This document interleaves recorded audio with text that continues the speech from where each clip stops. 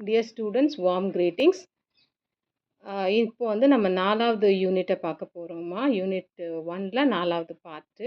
Okay, 4th part, the growth of vocabulary and change of meaning in the English language. இந்த டாப்பிக்கை நம்ம இன்னைக்கு பார்க்க போகிறோம். இல்லை ஹாஃப் த டாபிக் வந்து நம்ம போன வீடியோலேயே பார்த்துட்டோம். இந்த growth ஆஃப் vocabularyன்ற அந்த பர்டிகுலர் பார்ட் வந்து நம்ம வீடியோ 3லேயே பார்த்துட்டோம். அதாவது இன்ஃப்ளூயன்ஸ் ஃப்ரம் அதர் லாங்குவேஜஸ் பார்த்தோம் இல்லையா. க்ரீக்கு, லாட்டின்னு, ஃப்ரெஞ்சு இதெல்லாம் பார்த்தோம்ல. அந்த பாயிண்ட்ஸ் எல்லாம் நீங்கள் இதில் எடுத்து போட்டுக்கலாம். ஒருவேளை 10 மார்க்ஸ் கொஸ்டினில் கேட்டாங்கன்னா இந்த கொஸ்டினை நீங்கள் வந்து அந்த வீடியோ 3ல் உள்ள கொஞ்சம் பாயிண்ட்ஸை முதல்ல போட்டுட்டு அதுக்கப்புறம் இந்த வீடியோவில் இருக்கிற பாயிண்ட்ஸை போட்டிங்கன்னா your essay will be lengthy, நிறைய பாயிண்ட்ஸ் இருக்கும். ஓகேவா? ஸோ இந்த வீடியோவில் நம்ம மெயினாக பார்க்க போகுதுன்னா சேஞ்ச் ஆஃப் மீனிங். ஓகே, இந்த இங்கிலீஷ் லாங்குவேஜ் எப்படி வந்து மீனிங் சேஞ்ச் ஆச்சு, எப்படிப்பா ஒரு வேர்டுக்கு மீனிங் எப்படி சேஞ்ச் ஆகும், சேஞ்ச் ஆகிறதுக்கு சான்சஸ் இருக்கா அப்படின்னு சொல்லி நம்ம யோசிக்கலாம். ஒரு சின்ன எக்ஸாம்பிள் உங்களுக்கு கொடுக்குறேன். நம்ம பேச்சு வாக்கில் தமிழில் பேசும்போது என்ன சொல்லுவது, அசால்ட்டாக அவன் செஞ்சிட்டான்ப்பா அப்படின்னு சொல்லுவோம். ஒரு காரியத்தை அசால்ட்டாக செஞ்சிட்டான்னா என்னது, ரொம்ப ஈஸியாக செஞ்சிட்டான் அப்படின்ற கான்செப்டில் என்ன வேர்டு யூஸ் பண்ணுறோம், அசால்ட்டுன்னு யூஸ் பண்ணுறோம். பட் நீங்கள் ஆக்சுவல் ரெஃபரன்ஸ் இந்த வேர்ட் மீனிங் போய் பார்த்தீங்கன்னா அசால்ட்னா அட்டாக்ன்றது தான் மீனிங். இங்கிலீஷில் அசால்ட்னா அட்டாக்கு. அதே அசால்ட்டை நம்ம தமிழில் யூஸ் பண்ணும்போது எப்படி யூஸ் பண்ணோம், ஈஸியாக அப்படின்ற மீனிங்க்கு யூஸ் பண்ணுறோம். இது வந்து நிறைய இன்ட்ராக்ஷன்ஸ் கம்யூனிகேஷனில் மிஸ்கம்யூனிகேஷன் ஆகி அந்த வேர்டை நம்ம அப்படியே மிஸ் அண்டர்ஸ்டாண்ட் பண்ணிடுறோம். ஓகே, அது போல தான் இங்கிலீஷ் லாங்குவேஜில் நிறைய வேர்ட்ஸ் வந்து இங்கிலீஷ்லேயே மீனிங் வந்து டிஃப்ரெண்ட்டாக மாறிடுச்சு. ஓகே, அது எப்படி மாறுச்சு, என்ன ரீசன்னால் மாறுச்சு, ஓகே, அப்படின்றது தான் நம்ம வந்து இந்த வீடியோவில் பார்க்க போகிறோம். சரியா? இது வந்து 4th இப்போ 4th வீடியோ முடிஞ்சிருச்சுன்னா இன்னும் ஒரே ஒரு வீடியோ தான் ரிலீஸ் பண்ணால் யூனிட் 1 ஃபுல்லாக கம்ப்ளீட்டாக நீங்கள் ரிவைஸ் பண்ணிடலாம். ஓகேவா? ஸோ இதில் ஃபர்ஸ்ட் இன்ட்ரடக்ஷன் பார்ட்டில் நீங்கள் பார்த்தீங்கன்னா ஃபஸ்ட்டு ஒரு இன்ட்ரடக்ஷனில் நீங்கள் இங்கிலீஷை பற்றி கொஞ்சம் பாயிண்ட்ஸ் எழுதுங்க. சரியா? அதில் என்னென்ன பாயிண்ட்ஸ்னால், spoken by millions world wide. Okay, நிறைய பேர் இங்கிலீஷை பேசுகிறாங்க இல்லையா, அதனால spoken by millions of people world வைடுன்றதை நீங்கள் மென்ஷன் பண்ணிக்கோங்க. இட்ஸ் அ குளோபல் லாங்குவேஜ்ன்றதை மென்ஷன் பண்ணிக்கோங்க. அதுக்கப்புறம் இவால்வ்டு சிக்னிஃபிகண்ட்லி ஓவர் டைம், கொஞ்சம் நாளாக அப்படியே மாறி மாறி மாறி மாறி ஒரு ஸ்டாண்டர்டைஸ் லாங்குவேஜாக இங்கிலீஷ் லாங்குவேஜ் இப்போது நிற்கிது, குளோபல் லாங்குவேஜாக. எதுலலாம் சேஞ்சஸ் வந்துச்சு அப்படின்னு நம்ம மெயினாக பார்த்தோம்னா ஒகாபுலரியில் சேஞ்சஸ் வந்துச்சு. அதுக்கப்புறம் ஒகாபுலரியோட மீனிங், வேர்ட்ஸுடைய மீனிங்ஸ்லேயும் சேஞ்ச் வந்துச்சு அப்படின்னு சொல்லி நம்ம ஃபர்ஸ்ட் பார்ட்டில் கொடுத்துறோம். இந்த டிரான்ஸ்ஃபர்மேஷன்ஸ்க்கு என்ன ரீசன், ஏன் சேஞ்ச் ஆகுது, எப்படி லாங்குவேஜ் சேஞ்ச் ஆகலாம் அப்படின்னு சொல்லி நம்ம யோசிக்கலாம். தமிழ்லாம் சேஞ்ச் ஆக மாட்டேங்குதே, கிளாசிக்கல் லாங்குவேஜ்னு சொல்கிறோம்ல, அப்போ எப்படி இந்த லாங்குவேஜ் மட்டும் சேஞ்ச் ஆச்சு அப்படின்னு கேட்டால் தெர் ஆர் ஃபியூ ரீசன்ஸ். அந்த 4 ரீசன் ஞாபகம் வச்சுக்கோங்க. ஒன்று, ஹிஸ்டாரிக்கல் ஈவெண்ட்ஸ். ஹிஸ்டாரிக்கல் ஈவெண்ட்ஸ் ஒரு கண்ட்ரியில் நடக்கும்போதும் அந்த லாங்குவேஜ் சேஞ்ச் ஆகிறதுக்கு சான்சஸ் இருக்குது. கல்ச்சுரல் இன்டராக்ஷன்ஸ்னால் கம்யூனிகேஷன், ஒருத்தரோட ஒருத்தர் பேசுகிறது. சரியா? பேஸ்ட் ஆன் கல்ச்சரில் பேசுகிற அந்த இதனால மாறுது. தேர்டு வந்து டெக்னாலஜிக்கல் அட்வான்ஸ்மெண்ட். டெக்னாலஜி வந்து எப்போவுமே அட்வான்ஸ்மெண்ட்டில் போயிட்டே தான் இருக்கும், இம்ப்ரூவ் ஆகிட்டே தான் இருக்கும், டெவலப் ஆகிட்டே தான் இருக்கும், அதில் நியூ இன்வென்ஷன்ஸ் வந்துக்கிட்டே இருக்கும். ஸோ அதனுடைய வேர்ட்ஸையும் நம்ம என்ன பண்ண வேண்டியிருக்கோம், இன்க்ளூட் பண்ண வேண்டியது இருக்கும். அதனால வேர்டு மீனிங் சேஞ்ச் ஆகிறதுக்கு வாய்ப்புகள் இருக்குது. இன்னொன்று வந்து லிங்குவிஸ்டிக் எவல்யூஷன். லாங்குவேஜே சேஞ்ச் ஆகும், கொஞ்சம் கொஞ்சம் சேஞ்ச் ஆகும், அங்கங்கே ஆட் ஆகி டிலீட் ஆகி மீனிங் சேஞ்ச் ஆகிறதுக்கு சான்சஸ் இருக்குது. சரியா? இந்த 4 இதையும் நீங்கள் வந்து மைண்டில் நல்லா வச்சுக்கோங்க. ஃபஸ்ட்டு வந்து ஹிஸ்டாரிக்கல் ஈவெண்ட்ஸ்மா, செகண்ட் கல்ச்சுரல் இன்டராக்ஷன், சரியா, கல்ச்சுரல் பேச்சு, சரியா, தென் டெக்னாலஜிக்கல் அட்வான்ஸ்மெண்ட், அதில் வர அட்வான்ஸ்மெண்ட்டு, தென் லிங்குவிஸ்டிக் எவல்யூஷன். இந்த 4 பாயிண்ட்ஸை வந்து நீங்கள் அந்த இன்ட்ரடக்ஷனில் போட்டுக்கோங்க. ஃபைனலாக இன்ட்ரடக்ஷனில் என்ன பாயிண்ட்ஸ் போடுவீங்கன்னா, லாங்குவேஜ் வந்து அப்படியே ஸ்டாட்டிக்காக இருக்காது, பெர்மனண்ட்டாக இருக்காது. இட் வில் எக்ஸ்பேண்ட், எப்போவுமே எக்ஸ்பேண்ட் ஆகிட்டே இருக்கும். அந்த எக்ஸ்பேன்ஷன் எப்படி இருக்கும்னா கண்டினியூஸாக எக்ஸ்பேண்ட் ஆகிட்டே இருக்கும். அந்த எக்ஸ்பேன்ஷனால் மீனிங் சேஞ்ச் ஆகும். எதுலலாம் எக்ஸ்பேன்ஷன் நடக்கும் அப்படின்னு பார்த்தீங்கன்னா ஒகாபுலரியில் என்ன மாதிரி எக்ஸ்பேன்ஷன் நடக்கும்னா shift in word meanings shift ஆகுது, சேஞ்ச் ஆகுது, வேறு மீனிங்காக மாறுது. ஓகே, இதெல்லாம் வந்து ஒரு லாங்குவேஜை டைனமிக் நேச்சரை கொண்டு வந்தது. இங்கிலீஷ் லாங்குவேஜை ஒரு டைனமிக் லாங்குவேஜாக கொண்டு வந்துடுச்சு. இந்த இங்கிலீஷ் லாங்குவேஜுக்குள்ள இன்னும் ஒரு பெரிய அட்வான்டேஜ் என்னன்னா, இது வந்து எல்லா லாங்குவேஜ்லயும் உள்ள சேஞ்சஸ் எல்லாம் வந்து இதுவும் என்ன பண்ணுவான்? அடாப்ட் பண்ணிக்கும். தனக்குள்ள ஏற்றுக்கொள்ளும். அ என்ன மாரி சேஞ்சஸ்ஸு? சோஷியல் சொசைட்டில உள்ள நீட்ஸ். சொசைட்டல் நீட்ஸ் வந்து என்னலாம் இருக்கோ, சமுதாயத்தில என்னலாம் தேவைகள் இருக்கோ, அந்த தேவைகள பேஸ் பண்ணி இந்த இங்கிலீஷ் லாங்குவேஜ் என்ன பண்ணுமா, தன்ன தானே சேஞ்ச் பண்ணிக்குது. யாரு? நம்ம தான் சேஞ்ச் பண்றோம். அந்த சேஞ்சஸ்னாலயும் இங்கிலீஷ் லாங்குவேஜ் எக்ஸ்பேண்ட் ஆகுது. ஓகேவா? ஸோ இந்த எல்லா பாயிண்ட்ஸையும் நீங்க போட்டீங்கன்னா, ஒரு பியூட்டிஃபுல் இன்ட்ரோடக்ஷன் வந்துரும். இந்த பர்ட்டிகுலர் பார்ட் வந்து ரொம்ப சின்ன பார்ட்மா, ஈஸி டு லேர்ன். ரொம்ப ஈஸியா இந்த பாயிண்ட் நீங்க லேர்ன் பண்ணிக்கலாம். இது வந்து மேக்ஸிமம் 2 மார்க்ஸ் கொஸ்டினும், 5 மார்க்ஸ் கொஸ்டினும் கேட்பாங்க. இன்கேஸ் 10 மார்க்ஸ் கொஸ்டின்ல இது கேட்டாங்கன்னா, நீங்க வந்து இன்ஃப்ளூயன்சஸையும் சேர்த்து எழுதணும். சரியா? 3 யூனிட்ல 3 பார்ட்ல இருந்து அந்த பார்ட்ஸையும் வந்து நீங்க கொஞ்சம் ஆட் பண்ணிக்கிட்டீங்கன்னா, it will be a beautiful essay. Okay. இப்போ நம்ம பாயிண்ட்ஸ்க்கு போவோம். மீனிங் சேஞ்ச் ஆகுது அப்படின்னு சொல்றோம். எப்போனா over time. So over the time தான் அது சேஞ்ச் ஆகும். கொஞ்சம் நாட்கள் போக போக தான் சேஞ்ச் ஆகும். இன்னைக்கு நான் ஒரு மீனிங்க்கு ஒரு ஒரு வேர்டுக்கு ஒரு மீனிங் குடுக்குறேன். நாளைக்கு அந்த வேர்டுக்கு மீனிங் மாறுமா? அப்படின்னா இல்ல. It's not possible. So over the time தான் வந்து மீனிங் என்ன ஆகும்? சேஞ்ச் ஆகும். இந்த significant shift over the centuries. So 1 or 2 days இல்ல, 1 or 2 மந்த்ஸும் இல்ல, இயர்ஸும் இல்ல.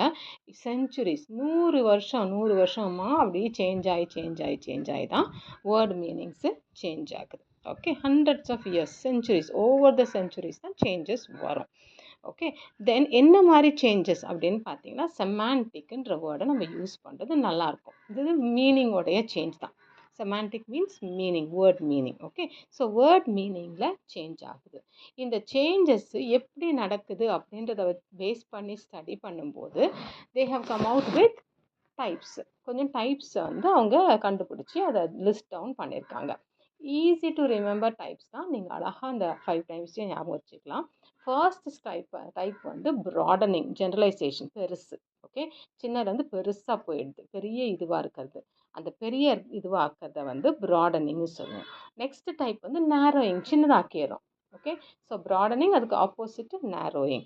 அதுக்கு அடுத்தது பார்த்தீங்கன்னா அமிலியோரேஷன். அமிலியோரேஷன்னா பாசிட்டிவ் ஐடியாவாக இருக்கிறது. ஒரு மீனிங் வந்து பாசிட்டிவாக மாறுறது. நெகட்டிவாக இருந்துச்சு முன்னாடி, இப்போ என்னவா மாறுது? பாசிட்டிவாக மாறுதுன்றதுக்கு வந்து அமிலியோரேஷன் சொல்லுவோம். நெக்ஸ்ட் டைப் வந்து பெஜோரேஷன். பெஜோரேஷன் டைப் என்னன்னா, இது வந்து வேர்டு மீனிங் வந்து பாசிட்டிவாக இருந்துச்சு, இப்போ என்னவாயிடுச்சு? நெகட்டிவாக ஆயிடுச்சு. அந்த கான்செப்ட். ஃபிஃப்த் பாயிண்ட் எடுத்தீங்கன்னா மெட்டஃபாரிக்கல் அண்ட் இடியமேட்டிக் சேஞ்ச். இது வந்து டிஃப்ரெண்ட் மீனிங் கொடுக்கும், ஃபிகரேட்டிவ் மீனிங் கொடுக்கும் அப்படின்றது தான் இதோடைய கான்செப்ட். ஸோ இந்த 5 பாயிண்ட்ஸையும் ஞாபகம் வச்சுக்கோங்க. இந்த ஒவ்வொரு பாயிண்ட்டுக்கும் எக்ஸ்ப்ளனேஷனும் ஒரு எக்ஸாம்பிளும் கொடுத்தா கூட போதும். ஸோ அதுதான் நான் இந்த வீடியோலையும் பண்ணியிருக்கேன். இந்த ஃபர்ஸ்ட் பார்ட் வந்து ப்ராடனிங் சொன்னோம், generalisation. So it becomes broader. முதல்ல அந்த மீனிங் வந்து ஒரு சின்ன இதை தான் குறிச்சிட்டு இருந்துச்சு. இப்போ அந்த மீனிங் என்ன ஆச்சு? ப்ராடன் ஆயிடுச்சு. அதாவது மோர் கான்செப்ட்ஸை அது என்ன பண்ணிக்கிச்சு? இன்க்ளூட் பண்ணிக்கிச்சு அந்த மீனிங்கில். ஸோ இதுக்கான எக்ஸாம்பிள் என்னென்னா ஹாலிடே. ஹாலிடேன்றது வந்து ஏர்லியர் பீரியடில் when they coined this word, அவங்களுடைய மீனிங் அதுக்கு என்ன வச்சுருந்தாங்கன்னா ரிலீஜியஸ் ஃபெஸ்டிவல். சரியா? ரிலீஜியஸ் ஃபெஸ்டிவலில் தான் வந்து அவங்க என்ன சொன்னாங்க? ஹாலிடேன்னு சொன்னாங்க. அந்த பர்டிகுலர் ரிலீஜியஸ் ஃபெஸ்டிவல் அன்னைக்கு கொடுக்கப்படுகிற அந்த லீவு தான் ஹாலிடே. ஆல்மோஸ்ட் லைக் ஹோலின்றதை நீங்கள் மைண்டில் வச்சுக்கலாம். ஹோலினா ரிலீஜியஸ், அதெல்லாம் ஒரே கான்செப்ட் தானே. அந்த இதில் தான் வந்து ஹாலிடேன்னு சொல்லி இந்த வேர்டு வந்து காயின் ஆச்சு. ஆனால் லேட்டர் பீரியடில் நீங்கள் பார்த்தீங்கன்னா அது எனி கைண்ட் ஆஃப் வெக்கேஷன். சரியா? சம்மர் வெக்கேஷனை கூட என்ன சொல்லிடுறோம்? நம்ம ஹாலிடேன்னு சொல்கிறோம். ஸோ அதோட வேர்டு வந்து சின்ன ஒரு பர்டிகுலர் ரிலீஜியஸ் ஃபெஸ்டிவல்ஸை மட்டும் மீன் பண்ணுற அந்த இது என்னவாச்சு? ப்ராட் ஆகிடுச்சு. எல்லா லீவுமே இதுக்குள்ளே வந்துடும். எல்லா வெக்கேஷனுமே, எல்லா பீரியட் ஆஃப் வெக்கேஷனுமே இந்த வேர்டு ஹாலிடேக்குள்ளே வந்துடும். So it became expanded, broadened. Okay, this is the example for broadening type.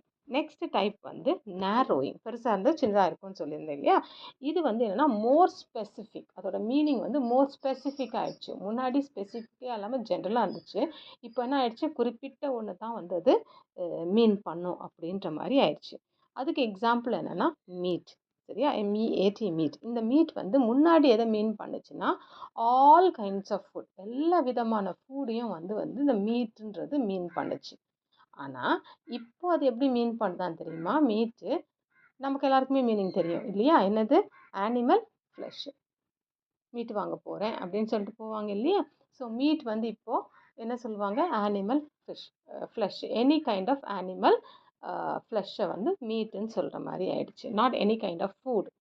முன்னாடி வந்து vegetable any kind of things வந்து அவங்க மீட்டுன்னு தான் சொன்னாங்க. இப்போ என்ன சொல்கிறாங்க? It's only animal flesh. ஓகேவா? So it is narrowed. பெருசாக இருந்தது, எல்லா ஃபுட்டையும் மீன் பண்ணது. இப்போ என்ன ஆயிடுச்சு? குட்டி ஆயிடுச்சு. எதுக்கு மட்டும் மீன் பண்ணுது? ஆனிமல் ஃப்ளஷ்ஷை மாத்திரம்தான் அது மீன் பண்ணுது. ஓகேவா? நெக்ஸ்ட் ஒன் பார்த்தீங்கன்னா அமிலியோரேஷன். இது வந்து positive meaning over the time. So எப்படி டிரைவ் ஆகிடுச்சு? நெகட்டிவாக இருந்த மீனிங்கு ஓவர் த டைம் என்னவாயிடுச்சு? பாசிட்டிவாக ஆகிடுச்சு. அதுக்கான வேர்டு வந்து நைட்டு. KNIGHT, night. சரியா? இந்த நைட்டுன்றத வந்து ஏர்லியர் பீரியடில் எதை குறிக்கும்னா சர்வன்ட்ஸ். ஓகே, சர்வெண்ட்டாக நம்ம வீட்டில் வச்சுருக்கிறவங்கள அவங்களெல்லாம் வந்து நைட்ஸ்ன்னு சொல்லுவாங்க அந்த காலத்தில். இப்போ வந்து நைட்ஸ் என்ன மீன் பண்ணுது தான். ஓகே, இது பர்டிகுலர் பீரியடில் அப்படி மீனிங் இருந்துச்சு. அதுக்கப்புறம் ஷேக்ஸ்பியரின் பீரியடெல்லாம் வரும்போது அதோட மீனிங் என்ன ஆயிடுச்சு? நைட்னா noble warrior. Okay, so noble வாரியர்னே அதோட மீனிங் மாறிச்சு. நொபிலிட்டிக்கு போயிடுச்சு, கொஞ்சம் ஹையர் ஸ்டேட்டாக பாசிட்டிவாக போயிடுச்சு. ஸோ சர்வெண்ட்டுன்ற மீனிங்லேருந்து எங்கே போயிடுச்சு? நோபல் வாரியர்ன்ற மீனிங்க்கு பாசிட்டிவாக மாறிடுச்சு. அதனால இதுக்கு இந்த டைப்புக்கு பேர் அமிலியோரேஷன். நெக்ஸ்ட் டைப் வந்து இதுக்கு எக்ஸாக்ட் ஆப்போசிட்டு பெஜுரேஷன். பெஜுரேஷனில் வந்து என்ன ஆகும்னா மோர் நெகட்டிவ் மீனிங். இந்த மீனிங் வந்து எப்படி மாறிடுச்சு? நெகட்டிவாக ஆயிடுச்சு. முன்னாடி அது பாசிட்டிவாக இருந்துச்சுப்பா, இப்போ என்னவா இருக்கு? நெகட்டிவ் ஆகிடுச்சு அப்படின்னு சொல்கிறோம்ல, அந்த மாதிரி. முன்னாடி அந்த சில்லின்ற வேர்டுக்கு என்ன மீனிங் இருந்துச்சுன்னா ஹாப்பி ஆர் ஃபார்ச்சுனேட், லக்கி அப்படின்ற மீனிங். ஹாப்பி இல்லைனா ஃபார்ச்சுனேட்டுன்ற மீனிங்கை யூஸ் பண்ணியிருந்தாங்க. பட் இப்போது அதோடைய மீனிங் எப்படி இருக்குன்னா foolish. Don't do things so in silly way அப்படின்னு சொல்லுவாங்கல்ல, அது மாதிரி ஃபூலிஷாக செய்யாத. Don't behave like a foolish person, don't behave silly அப்படின்னு சொல்லுவாங்கல்ல. ஸோ அந்த கான்செப்டில் இந்த மீனிங் என்ன ஆச்சு? நெகட்டிவ் கனோட்டேஷன் வந்துருச்சு, நெகட்டிவ் மீனிங் வந்துருச்சு. இந்த டைப்புக்கு பேர் என்ன? Pejoration. Next type, last type, metaphorical and idiomatic change. அதாவது ஃபிகரேட்டிவ் மீனிங் வேறு இருக்கும், அந்த மாதிரி மாறிடுச்சு. இந்த பிக்சரை பார்த்தாலே உங்களுக்கு நல்லா தெரியும். ஃபர்ஸ்ட் வந்து க்ளவுடுன்னு போட்டிருக்கேன், நெக்ஸ்ட் வந்து மவுஸ்ன்னு போட்டிருக்கேன்.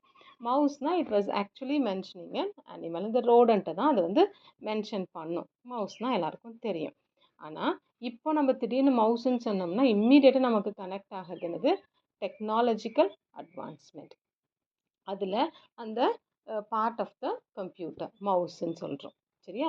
அதே போல் க்ளவுடுன்னும் போது நமக்கு தெரிஞ்ச க்ளவுட் வந்து வெதர் ஃபினாமினல், வெதரில் உள்ள ஃபேக்டை தான் நம்ம வந்து க்ளவுட் அதை பார்த்துட்டு க்ளவுட்ஸ் வந்துருச்சு அப்படி, இட் மே ரெயின் அப்படின்னு சொல்லுவோம்.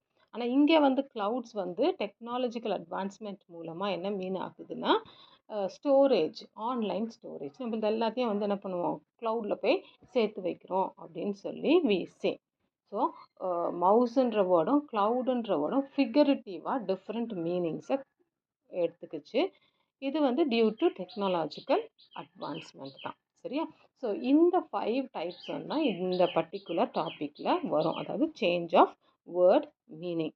இந்த 5 டைப்ஸையும் எக்ஸ்பிளைன் பண்ணி வித் எக்ஸாம்பிள் போட்டுட்டிங்கன்னா இந்த பார்ட் வந்து ரொம்ப ஈஸியாக இருக்கும். இந்த எஸ்ஸேவும் ரொம்ப easy. So don't skip this essay. Just go through it once. Words மட்டும் ஞாபகம் வச்சுக்கோங்க, டைப்ஸை ஞாபகம் வச்சுக்கோங்க. Then you can write it in your own words. Okay, all the best students, revise well. Thank you.